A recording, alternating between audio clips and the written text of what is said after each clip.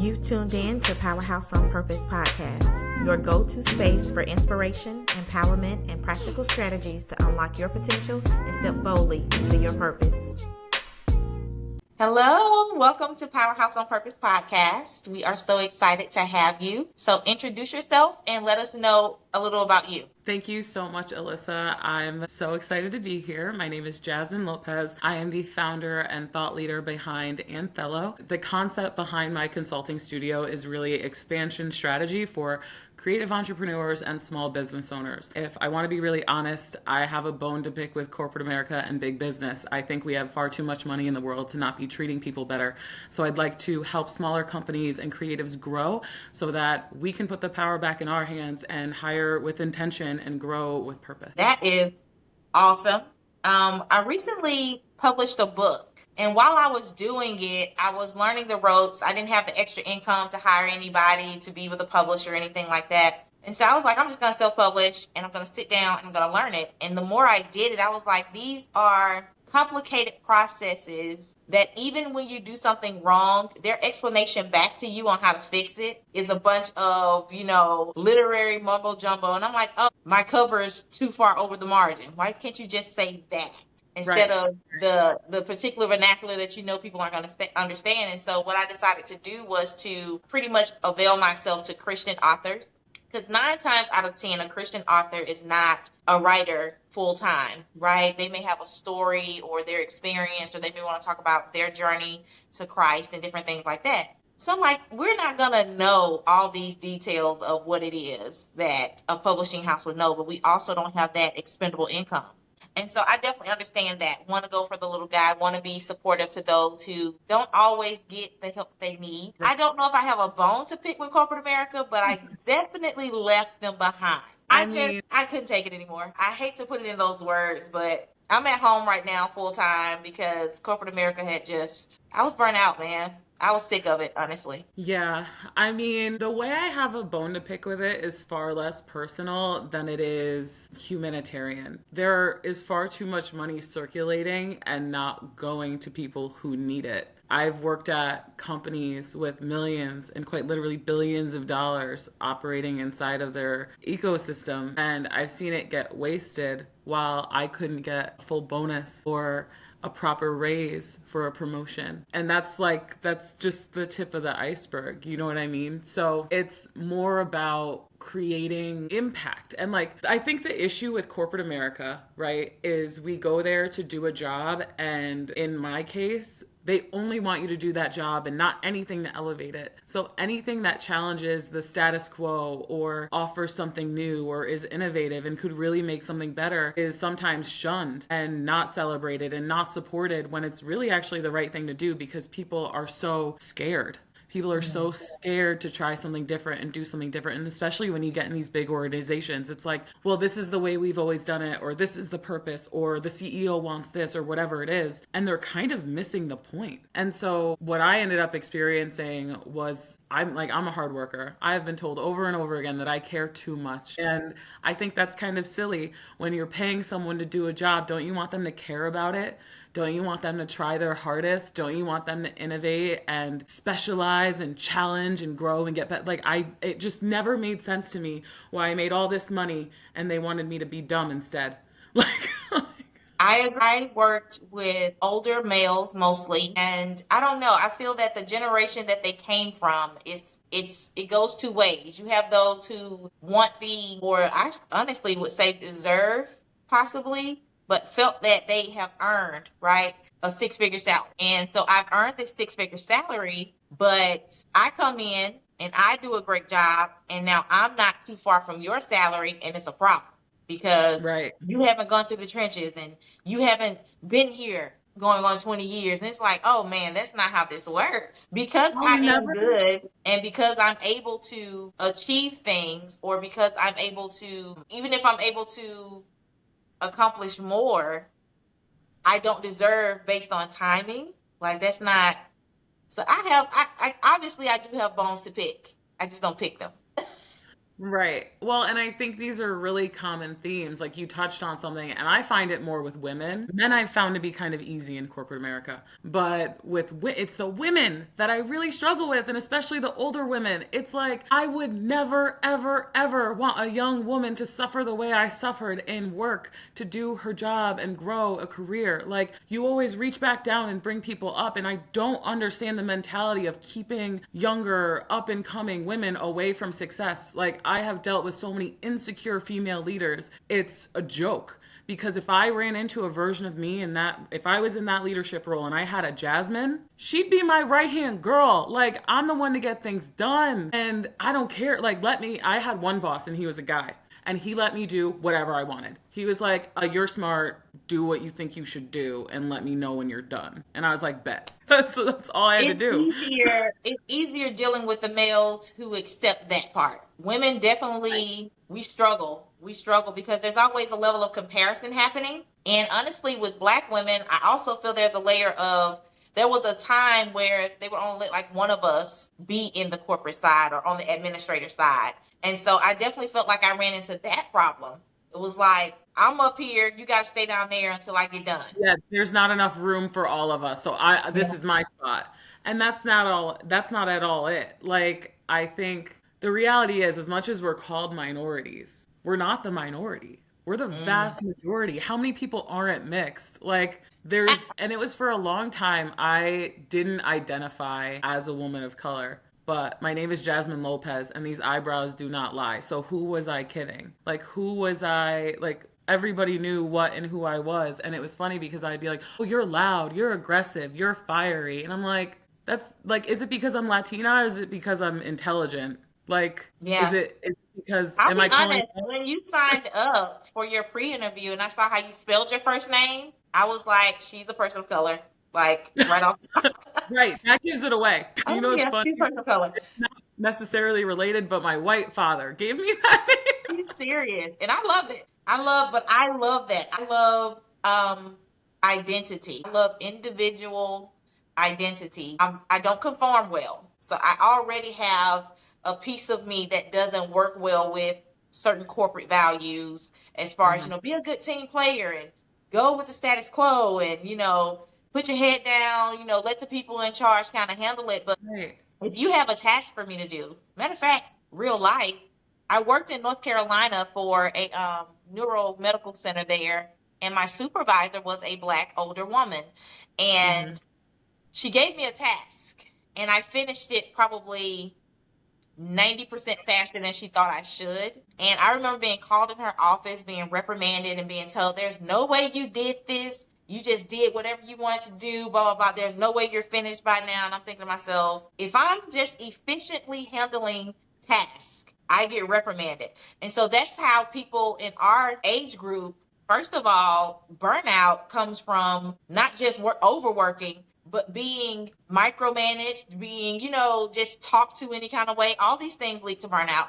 And so I just remember thinking, so you would rather I go finish a task, and the task I had to do was in a whole nother building. And so if Hmm. I decided that for, I don't know, 6 months, I'm just going to drag this out and I'm really up here doing nothing, getting paid, instead of me finishing it in the 3 weeks or Right. whatever it was that I did it, it's just bananas to me when I could be back in the office doing something valuable. But I think it's because she didn't have enough for me to do. It just bothered her. And I think it was also image. She didn't want her boss, who was a white male, I feel like she didn't want them coming through our department and I look like I'm not doing anything. And I think she comes from that age or that generation really where you had to be working and busy and showing that you were valuable or you were out of there. But we weren't Yeah. in that time. I was working for them probably between 2012 to 2014. And it's like, we're not in that decade anymore. We're not in that, like, you want to be valuable, but I also want to be as efficient as possible. I'm not going to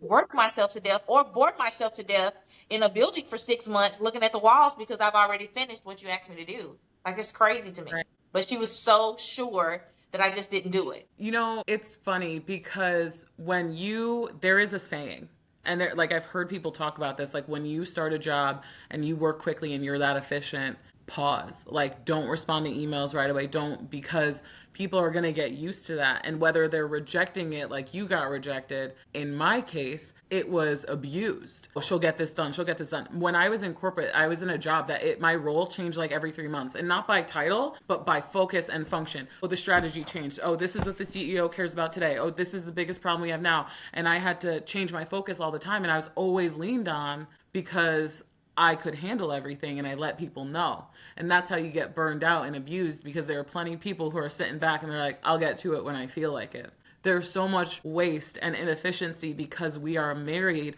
to this 9 to 5 mentality that doesn't serve anybody. I do not waste my own time. So working in a place that forced me to do that, and it's like taking a simple task and overcomplicating it because Susie and Polly and ABC need to see it and approve it and give their opinion. For what reason? And they overcomplicate things. I mean, how many meetings have you been in where we talked in a circle and like had to set another meeting because we still didn't figure it out? Why? Like 60 meetings for this one issue that I had a solution for at the first but one, you don't but want we to hear don't me talk about because it shouldn't. solutions. We just want to talk about the problem over and over and over again. Yeah, you don't want me to have the solution because I shouldn't be in charge, right? Because I'm not the Right. leader. I'm not the authority. I can't be right. So we're just going to drive her crazy.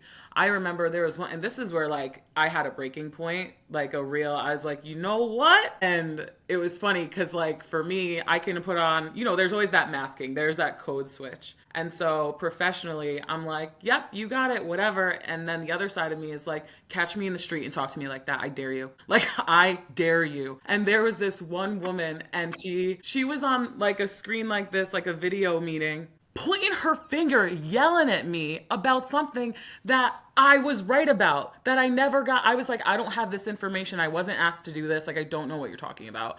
And she was like, you know, like, you just make things difficult. You're so disrespectful. Like, why aren't you prepared for this? Like, why don't you know what you're doing? I was like, and I was crying. I was like, I don't understand like why you're talking to me like this. And I was only crying because like we weren't in the street, like I wouldn't have been crying. Absolutely. Absolutely. Like it's heartbreaking, the relationships that we endure in corporate America just to keep a job or keep the peace, or even expected to deal with certain things because, oh, that's just how such and such is. That's just how she talks, or that's just how he can be. And it's like, no, I do No. not have to accept this behavior anywhere else, i.e. the street. Right. I would never, and you would never be able to talk to me this Right. way. You'd never be able to mistreat me, but I'd also be able to check you in a way in the street where you wouldn't even try me like this. It's just the audacity to even approach someone in this way, like no respect whatsoever, as if I have to earn it. But I know that anywhere else outside this corporate setting, at any other table, you wouldn't even try me in this manner because you'd already know I'm not going to accept it. But not being able to authentically come to the table and let you know that that's who I am is the struggle for me. I can't show up for real. I have Right. to And show up in a reserved capacity. well, we're code switching because we Yeah. can't be loud and we can't be aggressive. Like it's already feeding into stereotypes when in reality, like they're just afraid. And I don't want to make it all about race, but it exists. Like it's a thing. It's very It real. is.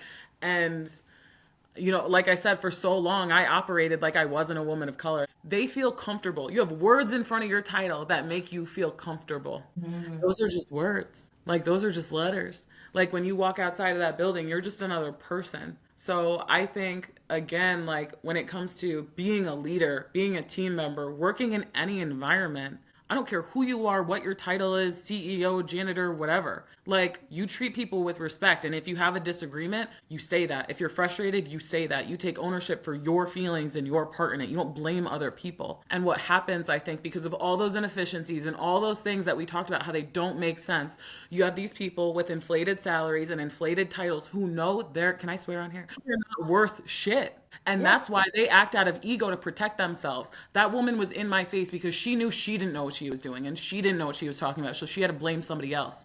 And that's how you have really, really toxic environments. And it's all too common. Very much so. And I don't know. I've experienced several different levels of success in corporate, right? I have been the bottom of the barrel. I've been the the entry level. I've been you have your salary, then you have your hourly, right? I've been on the hourly side. My first job was at a fast food restaurant. And most recently, I was the director of a department. But at the end of the day, I don't feel like any of my environments felt different. And I hate to say this, and this is my honest truth. It's the worst when I work with other people of color, women of color, mostly Black women.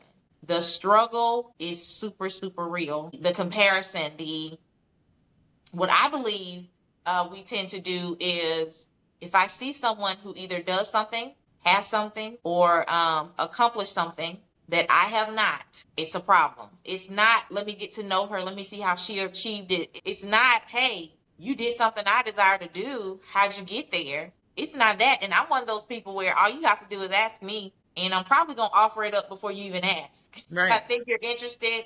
If I read a book that has this thing in it that I think you might like, hey, I read such and such book. If I'm done with it, I'm like, hey, I'm going to give it to you next time I see you. Like, that's what I offer. But in my experience with corporate, I don't know. It was so bad that I left, and I had a great salary. I was having issue with the fact that because I'm good, I believe that I'm constantly asked to do more, but also asked to do what doesn't serve me. So I was in finance. I believe finance is my thing. I'm just great with numbers. But my biological sister became the finance director, right? Mm-hmm. We live in a small town. And so they came to me and they're like, oh, we don't want any nepotism. My director at the time who was leaving was like, I think this will be better for you. You have these choices. And I'm like, one was to move my entire position to a whole different department where I'm like, I don't want to be under, because I already know how to be treated. I see how they treat other people. I don't want to be over there. And then she's like, or you can become a director of community development. And I'm like, that's the lesser of two evils here. But I'm not interested in community development. I don't know anything about it. I don't know the background of it. The only part of it that interested me were grants, because finance, because you know what I'm saying? It falls in my vein. But once I got over there, I was just like, oh, I'm building homes for affordable housing. And it's nice, but when I have to come out to the project, look at, light switches and see if they're actually doing what they're supposed to do, I'm like, I'm not a foreman. I don't like this part. And if I'm being totally honest, the person who had the position prior to me that retired, she got much more support from other departments on doing these things. When you're capable, you get less support.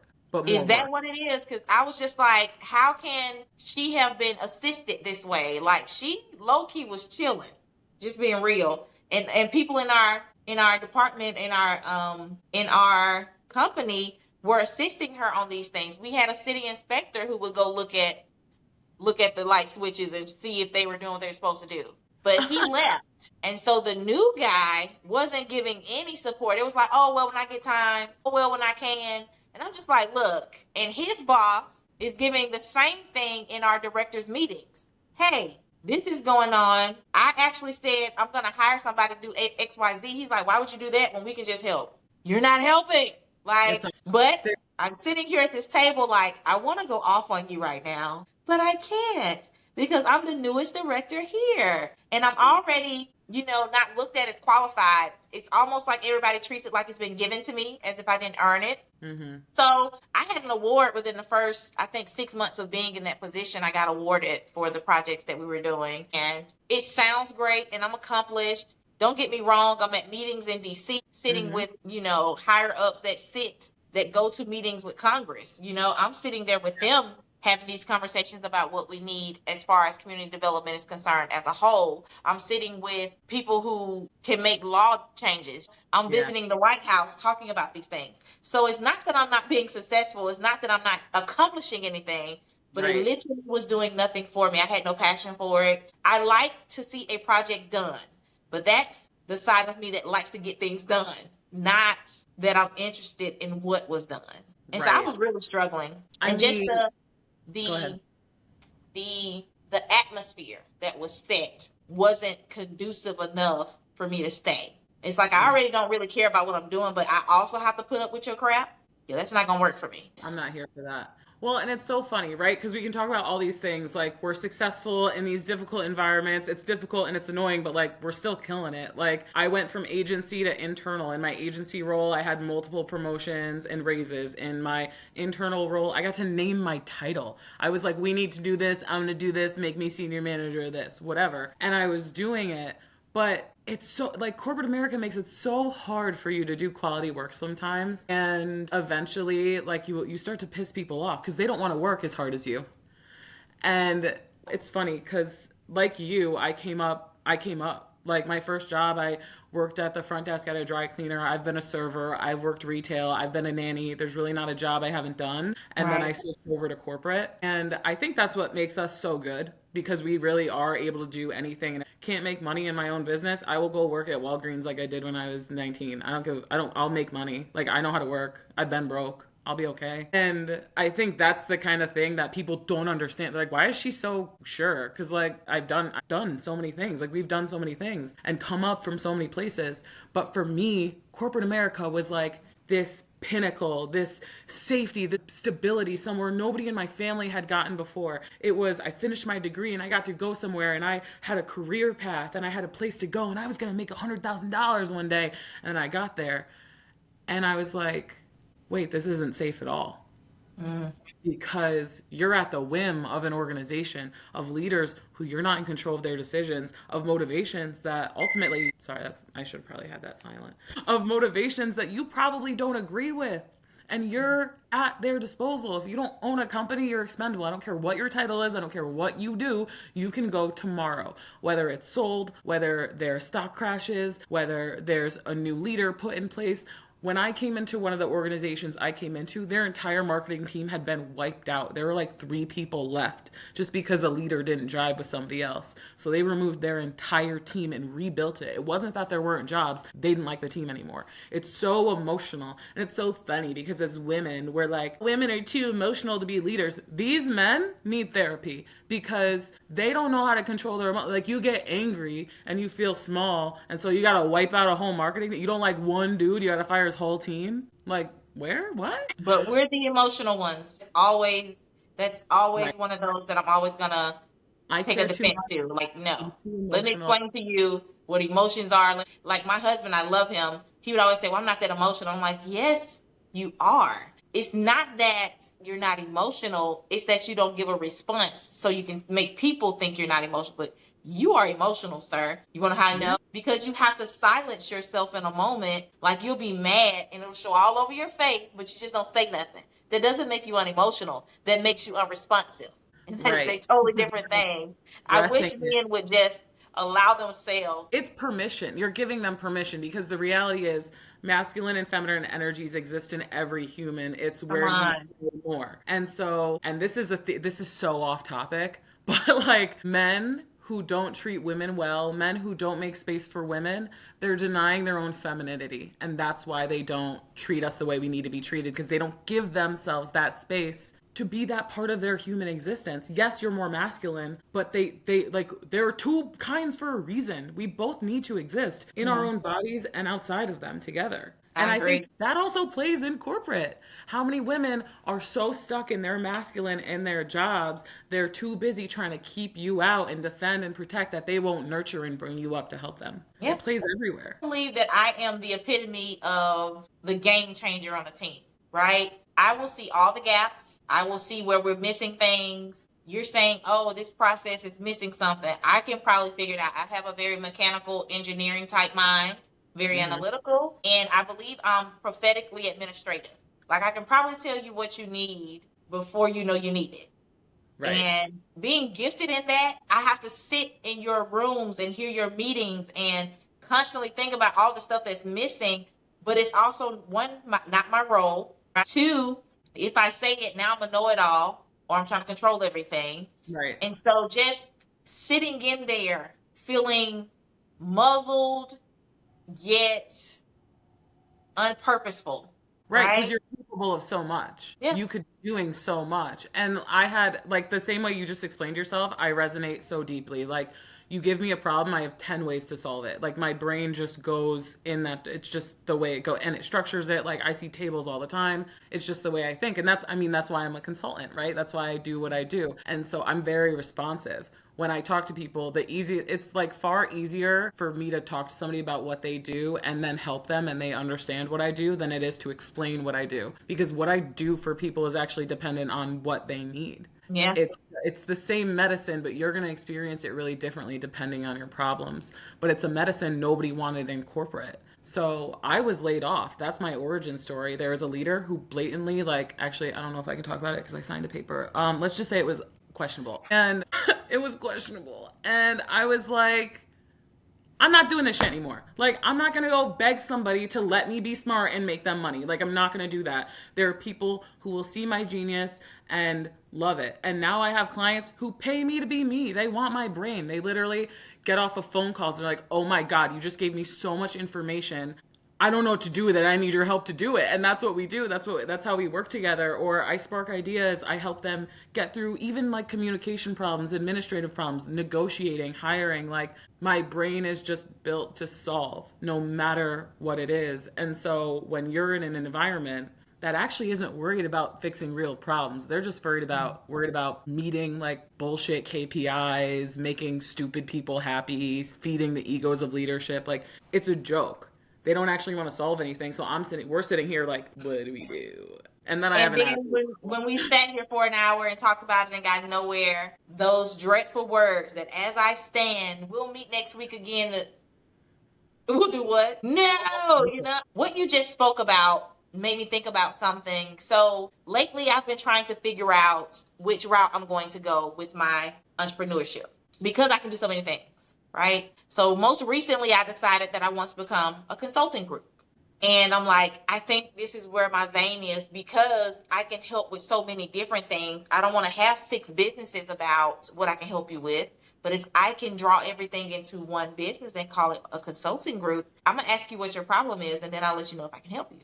Right. And so that's where I'm trying to learn to market myself in that way because I do currently have several different things that I do. And so I'm just trying to bring all those things into one wheelhouse, so to speak. And so everything will fall under Powerhouse.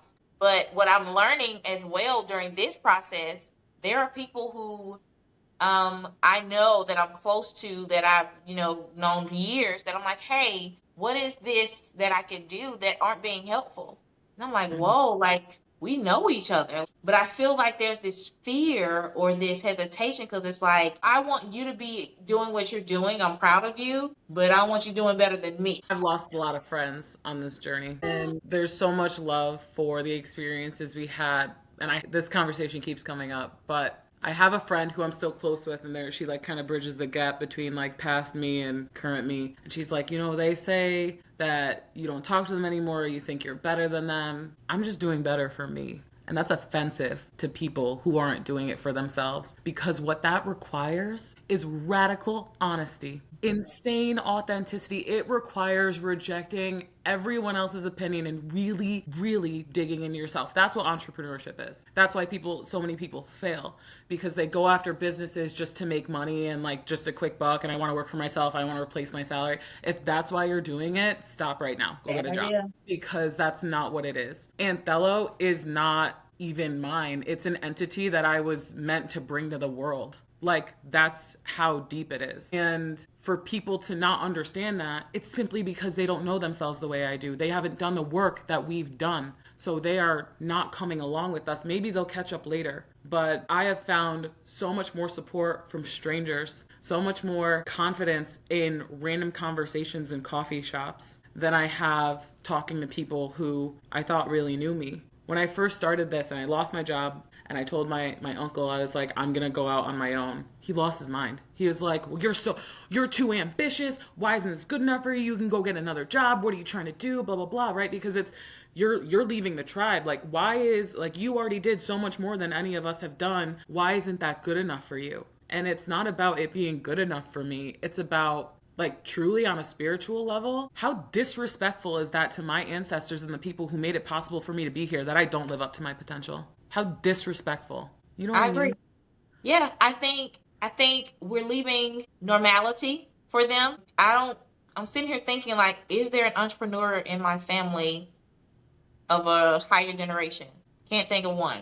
I No. really can't. I don't think I know of anyone who owns their own business. My dad, I recall, would always sell things and do different things that were outside of just getting a job, but he always had a job. Nobody I can think of that were full on entrepreneurship other than my generation, my cousins that are my age, right?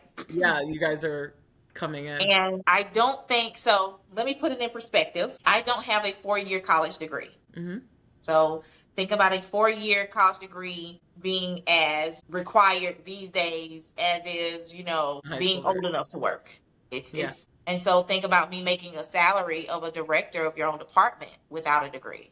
Who leaves that, right? Who walks away from that? And not only people on my side of the family, I know my husband's family as well questioned me leaving my job. It was like, what? The questions that have been asked, right? And Right. the notion that I'm either trying to live off him or it's only, I'm putting too much on him. I'm in awe. Your husband. I'm in awe of the perspectives that people take. I met my husband. We lived in the house that he owned up until last June. We bought a much bigger home. We picked up a mortgage, right? We picked up mortgage insurance. We both have vehicles. He bought me a new car, I think in 2021 or 22. And so I think there's this perspective that he's done a lot for me and that I've chosen not to contribute to what we built, right? But when I think about my businesses, I wrote a book, published it in October. I have a Pamper on Purpose company that does whipped shea butters and sugar scrubs and different things like that. So it's not that I'm not making any money. It's not by far isn't or hasn't reached the salary that I let go of, but we have not missed a beat on anything. Like I said, we just got back from our marriage retreat. We're planning to go to Cabo in October. So it's not like we're just destitute and about to be on the street, but No. perspective says you don't have a 9 to 5, you're not doing your job. Now, mind you, not too long ago, women weren't even working.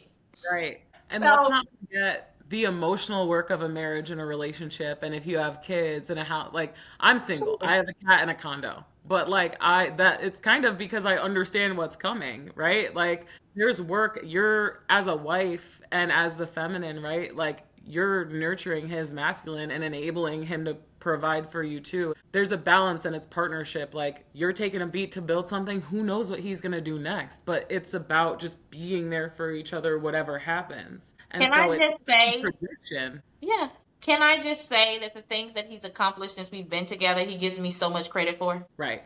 He does his Right. own podcast, which he hadn't done. My husband's one of those people that if I see you do it, then I think I might be able to. But I'm Okay. still gonna feel like you're gonna do it better than me. So I constantly have to encourage him to, hey, if you want to do this, we can Right. do this. It's not impossible. I And mean, a so man even that, is that not work? Is that that not is me work. doing my part? Yeah, I mean, that's a partnership. That's why, I mean, there's an opinion, and again, we're getting a little off topic, but any man who's ambitious and wants to accomplish something is going to have a good woman behind him. True And, story. right? Because, like, a true feminine, we amplify, we birth things into the universe. We're magic. Like, that's what we Even do. those who are not in romantic relationships, they'll always have that right hand person or that person, hey, she gets all my stuff done for me. She's doing this. It's typically, usually, more than not, going to be a woman. Right. And even friendships, like I think, there's a lot of energy and stuff, but I think just the perception of work and relationships and how things go, people, because they don't see you, like working a 9 to 5 and things like that. I think that was one of the biggest hurdles I had to jump switching to this was like not feeling productive enough or good enough or like I'm working hard enough because I'm not meeting other people's standards. But at the end, like, I know what I'm doing, you know what you're doing. And again, like when we worked 9 to 5, did you need the 8 hours? No. Man. No, not by a long Oh, it shot. used to tear me up. It used to tear me up to walk into my office. I would get there at 7. I would have things on my list to do. Right about 10 a.m. I used to be like, Right. I'd be sitting there like, I have nothing else on my list. I could leave and go home and get other things done. Build I a would whole. love to be that mom that has dinner on the table every night and my kids eat breakfast, and that'd be great, but that's not what it was affording me. And so I'm sitting here at 10 a.m. like, what do I do now? and I'm here till 4. Wasting my time. OMG, it was so tough. And I'm not knocking anybody who chooses that way of life. Like I said, my sister's the finance director at that department. Hey, have at it. If it's what works for you, if this is what you love, and this is what your dream was, and you feel like you're successful in it, and you come and you feel accomplished, and this feeds you, and you feel passionate about it, absolutely do it. It just wasn't for me. And all I was asking was, don't try to check me on what's not for me. I can't believe you left that good job. Well, I'm sorry you can't believe it. It Like, happens.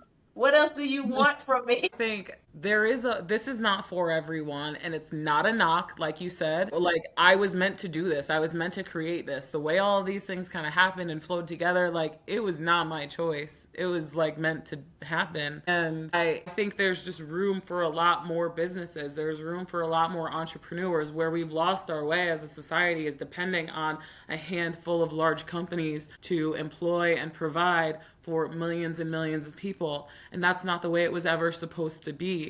I think we need more smaller, successful companies where I can hire 5 or 10 people.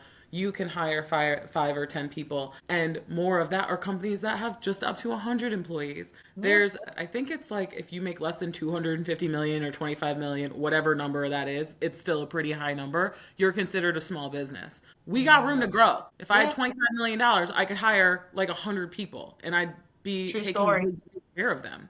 Yeah. So I'd rather kind of even And the to top. me, small business also has a possibility of interconnection that large companies are never going to have. Right. Like large companies, you're never going to meet your CEO. You're never going to do it. Never going to see them. CEO may not even know his general managers in certain states because you have become so massive, right? Small business, I'm going to know my CEO and CFO if I decide to just be the shadow, right? If I just decide to be an owner, I'm going to know who I hire. And even if I have 100 people, I'm the type of person where the Christmas party, I'm going to be there, right? Yep. I want to know who I have working for me. The Bible says, know those that labor among you. I don't desire at all to be this multi-million-dollar company where I never meet people that work for me. I don't desire that. Whatever No. God sees fit, I will do, but I don't desire that. I'm going to want to know who cleans the bathrooms in my building. I'm going to want to know. Right. Right. And give them a And so bonus. I think I'm designed for this. It's not for Right. everybody. It's not for everybody, but for the people that it's not meant for, I'd love to hire you. Maybe your sister, right? Come in like Yeah. I would love to nurture people who want to be employees, but I know I'm a leader, I'm a builder, I'm a waymaker, and I'm a guide. So there is something to be done. I personally don't want like and this might change, don't hold me. Like maybe in 10 years we're talking a different language, but like right now I see myself with maybe 5 to 10 employees. That doesn't mean I'm not making an impact, right? It means I'm doing my part in the way I want to, and maybe those other companies I'm helping, they're hiring more and more people. You don't have to do more than you want, but you should pursue what you're called to. And I think there's so many people trying to fit themselves into this corporate bubble, into the structure like we did, right? I was begging for promotions. I was clawing and clawing. And it was like, I shouldn't actually have to try this hard when I'm this good. Yeah. Like, I just make sense. And there's a point I've reached where, like, if you don't understand me, you're probably intentionally trying to misunderstand me because I'm really clear. And the nature of that type of setup, you'll watch people get promoted and get raises and different things who don't work as hard as you, who haven't done, the levels of impact you that you've had. It's just, or we buddy, me and his dad golf together, or well, he came in here, he had a sob story about his family and he needed more money. It doesn't matter to me, but Or they it's not hide giving me what I deserve when you're gonna have handouts going on anyway. That's not gonna be acceptable. when there's wage. I worked at an organization where there's a wage discrepancy of like $50,000. That's People in the same crazy. role because they hired her at a certain time, but this chick had been there for like 5, 10 years or something, and she just didn't negotiate. She didn't know what was coming in. Like, I take a real issue with people hiring in like, oh, we have 2 functions. There's a director here. She's been here for 5 years. She makes 150K. This director is coming in brand new. We're going to give her 175 because she came from a big company. Absolutely not. If the roles are the same, the responsibilities the same, the impact on the business, yeah, there's ranges or whatever, but the discrepancy should not be that. And if it is, you're not structured Absolutely. properly. Absolutely. And hey, been there, done it. Right. And I just mm. Crap rolls downhill, man. It sure does. It sure does. And then what I've seen working at the levels that I worked, where I was managing like $150 million budget, I'm like, what are you spending this money on? What are you doing? Like, it didn't make any sense. And that, questionable. Man. So with my department, because we were pretty much primarily grants only, our salaries, me and my staff, we had to really work our salaries in that. And Yeah. a lot of companies will assist those type of departments. They'll have a budget within the company's budget, the general fund or whatever, that assists that department. We didn't have that. Everything had to be out of these grants. And so I remember thinking, the more I receive, the less I can do something on a different end. So yeah, it sounds nice to be like, oh, give me another $25,000, but that's something else that's gonna lack in my department, because there's a refusal in my mind to Yeah. assist us like you do every other department. Right. So if I get a $25,000, increase, and that affects our Budget. our travel budget. Why can't you then say travel from now on for this department will come out of general fund? Whereas you're giving your other departments more than enough money. Take some from one of them. Like, my brain just does not, it can't. It can't accept foolishness and stupidity. I can't do it. Especially when there's rational ways to handle this. It's so logical. Exactly the why. Like, my special formula, my thing is like strategic planning. You give me a problem, I will plan a strategy to fix it. Yes, And ma'am. the way that typical strategy and typical plans are made are function and siloed. So it's like marketing has a strategy, sales has a strategy, ops has a strategy, blah, blah, blah. These are our plans, these are our tactics, our budget, whatever. But they're working typically in different directions. It's very ego driven. And what I do very intentionally, first of all, because small businesses have less resources, but primarily because it's the right way to plan, is I have a brand and consumer experience centric strategy that is supported by the different functions, not like separate functional strategies that need to meet these goals. No, one strategy that we work on together. Nobody is in charge. Because how many times will you have a paid media plan that's dependent on some aspect of digital or IT or whatever? So now this one person is in charge of these other people. No, like, it creates an efficiency. It's so ego driven. It's not even funny. I've seen people argue on, we're going to do this and you can't do that. And I'm not going to help you do this. Like, dude, like, and it's, the strategies don't even make sense. I've worked in an organization where the paid media plan, we're spending millions of dollars, hundreds of million dollars a year, changes every 12 months. I guess it wasn't a good plan, huh? What were you doing? Like, Crazy. So that's where kind of what you were saying, it's like we function as one organization doing one thing, but when you lose sight of your purpose and you get money hungry and ego driven, and I want a title and I want a team and I want a budget, that's where you and I suffer, because they're not making any sense. So let's talk about that. When it comes to purpose, is that possibly the reason why we struggle? Like, what if our desired purposes, or what God has planned for us, the plan for our lives, right? If it just doesn't fit the corporate mold. Like you said, and like we've agreed, some people, this is for you. They will work a job and they will retire from that job, and that'll be their level of success. And I understand that. There's nobody that I'm saying everybody needs to walk away from corporate America at all, because everybody has functioning and things to be done. Like, at some point, my company is going to need employees, right? So I'm not saying that people shouldn't work, but I think if your purpose and what you need to do isn't developed in that sort of framework, we suffer. Right. My sister sent me this picture. If I can find it, I'll put it up during our episode. It's this girl. She's in, like, she has a fro, and it's a black woman. She's sitting in a cubicle, but she's way too big for it. Like, the cubicle's here, but her head's here, and she's sitting in there, and she's scrunched up at the desk in front of the laptop. And my sister sent me that picture. She's like, "This is you." And so there's an understanding that that's just not.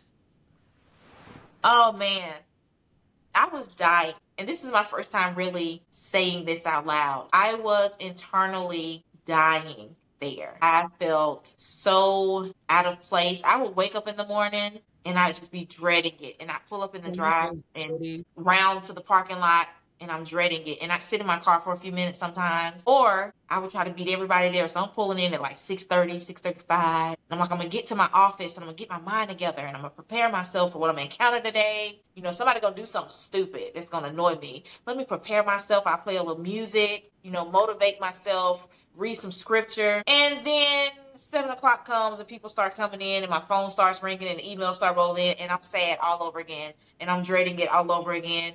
And oh, we got that meeting and I'm like, some days I would miss the meeting. Not intentionally. It's just that I'm not focusing on that. I'm focusing trying to keep myself together, hold myself together. I'm just trying to make it to 4 o'clock.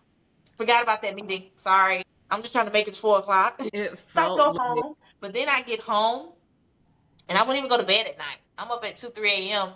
because I'm dreading that when I close my eyes, I know when I open them back, it's going to be another day and I'm going to have to do this again. So that's where I was. That's where I really was that last probably year. it's like That every job. day you are preparing for battle over and over and over again. I remember I would have severe insomnia, like not falling asleep at night, just like what's going to happen next? What's going on? What am I going to have to do next? And again, like I think a way we combat that is by letting people like you and I run companies because it won't be run that way and it won't create that. But also, like you said, like we're too big for that. One thing I will say is like I needed my corporate experience.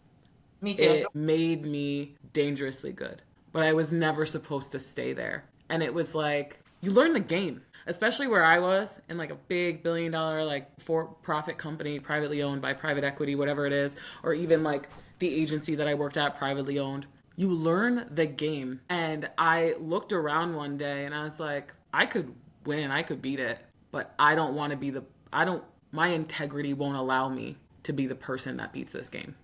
Yeah. I will not like myself if I do that. And, you know, when I Mm. lost my job, like the first logical thing is go find another job. And I was like, probably not. And it's a struggle. Like, being a solopreneur on my own, saying like, hey, pay me for my brain, you know, it takes some, Hard.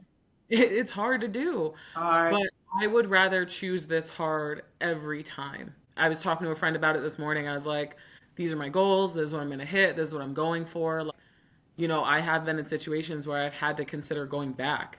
Yeah. I'm in that situation right now. And I'm just deciding, I don't know, to be delusional, whatever. I'm going to figure it out. I decided I'm going to figure it out because this makes too much sense to me. Yeah. And if I were to go back to corporate, I was literally said this to my friend this morning. I was like, I'd have to lie. I'd have to lie a lot. I don't want to do that. If I got to work, I'll work. I'll go clock in anywhere, whatever. I'll get a job. But if I really go back to corporate, it would need to be at like a level where no, like I'm in charge. Like I operate like a CEO, COO anyway. I don't care what size Yeah. it is, whatever it is, it's the way you think. And so I would need to be like in an executive leadership role or real close at a company with like a true purpose, a true mission, a great product, a great service, like something I really can sit behind. Yeah.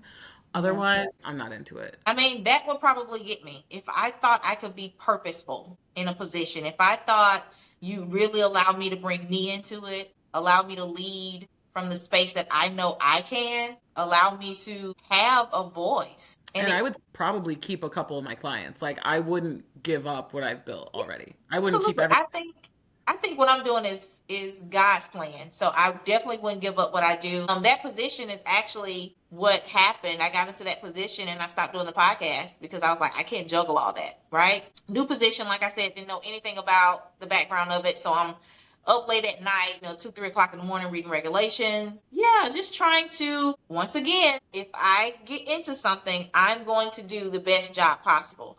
Being that I'm in a position where I have no background in it, I didn't know anything. And just being fully transparent, the person that retired, she didn't really teach me anything either. I think I got over there maybe a week and a half before she was actually leaving because something that was not good at my prior place of employment was succession planning. There was none. It's like y'all know these people are going to retire. You know they're leaving. Why wouldn't you bring someone in 6 months ahead? Like why? train them up. But I don't know if it's money. I don't know. I don't know. I just don't understand not having a succession plan. I think it's a But lack of anyway, I think it's a lack of proactive thought because a lot of companies react and don't respond. A lot of people react and don't respond. So it's like instead of looking ahead, they're so focused on like how they need to behave in the moment or the right now Yeah. problem. That's the other thing And I I'm do. I think preemptive. I need to prevent things. I do not want to work hard and you can struggle see and this be coming. under pressure. Like, why can't we just prevent these things? Right, you But see it coming. You can yeah, logically like say, I'm gonna do this and this is gonna happen and this could happen. Let's be prepared or let's whatever it is. Like, and I think I don't know, it's just not rewarded. It's just not rewarded in corporate so much. But that's one thing I do. Like the way I plan is so intentionally proactive. Like what are your goals? What do you want? What do you want? What does that require? What does that mean that could happen? All right, these next 6 days, we're going to do the work to support the next 6 weeks. The next 6 weeks, we're going to do the work to support the next 6 months and so on because that makes sense. And you can do do it if you you do it that way. what do you think about the possibility that because such recognition is given to putting out the fire and getting us out of that difficult spot, because so much recognition is given to those situations, do you think that's why we're not more preventative versus reactionary? I think that makes a lot of sense because you get a lot more, like you said, recognition for putting out the fire than you do for preventing it because nobody has anything to lay Measure evidence it to, by. right? If my people that I'm consulting with don't fail and I don't have to fix it, did I do a good job? Yes, because they didn't fail. But Like, I can see where it's gonna be like she saved me versus I ain't had no problems. right? I've been rolling along. And so I oh man, I just that just hit me. Yeah. Such a human behavior. It is a very human behavior. And I think that's why, like, if I'm messaging purely on emotion to potential Hmm. clients and entrepreneurs, I'm saying, I'm here so you don't have to do it alone. And that's like the number one hitter. But if I'm saying something a little more tangible, we're making your goals real, we're making them tangible, we're making it possible. But what people are so used to is like encountering a problem and getting through it. And that's usually how we start. But Wow. let's look at all the potential problems and then the goals behind them, and Mm. let's create a plan that makes it so we don't even feel the problem. It's just work. Because there's never not going to be a problem, right? If we're going back to even spirituality, good only exists because of the bad. You wouldn't appreciate happiness if you didn't have sadness. Yeah. Like it's a spectrum. So as high as you can go is as low as you can go. It's I think the spiritual side of my experience is what caused me to feel that I'm actually going to be able to do this. Like I said, naturally, you would think on paper, I'm not a success. No matter where I worked, I quit, right? No matter what I was doing, yeah, you did that there, but nothing else on my resume qualifies me, quote unquote, to do that somewhere else. But spiritually, it was almost like an awakening. I just knew that it was time for me to shift. I knew that God had told me in March that I was going to leave my job. And I remember the closer I got to October, I felt like he was like, wrap it up already. And I'll be honest, that last year, I wasn't putting in as much effort. I mhm, wasn't enthusiastically completing things, which is very not me, right? yeah. I remember being like, oh, I'll get to it. I'll get it done eventually. Like such That's not a disdain and I just didn't care about it. And I'm like, y'all paying me, but y'all have no idea. I'm doing y'all a major disservice right now. Like the things I agreed. could be doing for you, I ain't even doing. The extra things Right. that wouldn't even take much, I stopped doing because I just didn't desire it. And so spiritually, like I said, internally, I was like, this ain't even you. Like I don't know who I am right now in this business, in this company. Child, I don't know who I am. It was kind of the same thing. I had just bought my house as a single, I think I was 29, in downtown Chicago, and I'm crying in my living room. Oh, I don't know what I'm doing. I'm an imposter. I don't know what's going on. I'm on the phone with a therapist for like an intake, and she's like, "What's up?" And I'm like, "I feel like a fake. I feel like whatever." And then I realized, like, it's funny. It goes back to safety. I was going after all of these things to make myself feel safe. Buying a house made me feel safe and secure. Having a corporate job made me feel safe and secure. But I was going after these things for the wrong reasons. I was pursuing them with the wrong mentality because it's not even so much what you do, it's how you think about what you do. yeah. And so even like now, my house, I think of it with such gratitude. I'm like, I'm so grateful that I was able to build this and achieve this. And it's not that I need it because I can find safety anywhere because I have it within me. But when it came to work, it wasn't actually that safe because I got laid off like that, wasn't it? Like it wasn't real. But when there was such a detachment, like an identity problem, because you're pretending to be something else to make other people happy and to get that check and to just meet these standards that we're taught is success, that we're taught is what's needed to survive, that we're taught is what's needed to save our family and grow generational wealth. I'm like, that shit was not built for us. Yeah, it just wasn't. And I think Like, about even if I had stayed, right? Even if I had said, "Oh, this is safety though. This is, I know I'm going to get paid every couple weeks. I know I'm going to have this set income." And I honestly could be sure that I was going to get a raise because they had already planned out raises and stuff. So I knew, what was if I had stayed, I left in October. Towards the end of October, I would have got another raise. So I knew there was going to be a bigger income, coming. But at the same time, I think about just the other day when they talked about our current president um, ending or putting. I'm sorry. Your face. Thanks for watching. Like, share, comment, and subscribe to receive future notifications and to stay plugged in to the Powerhouse.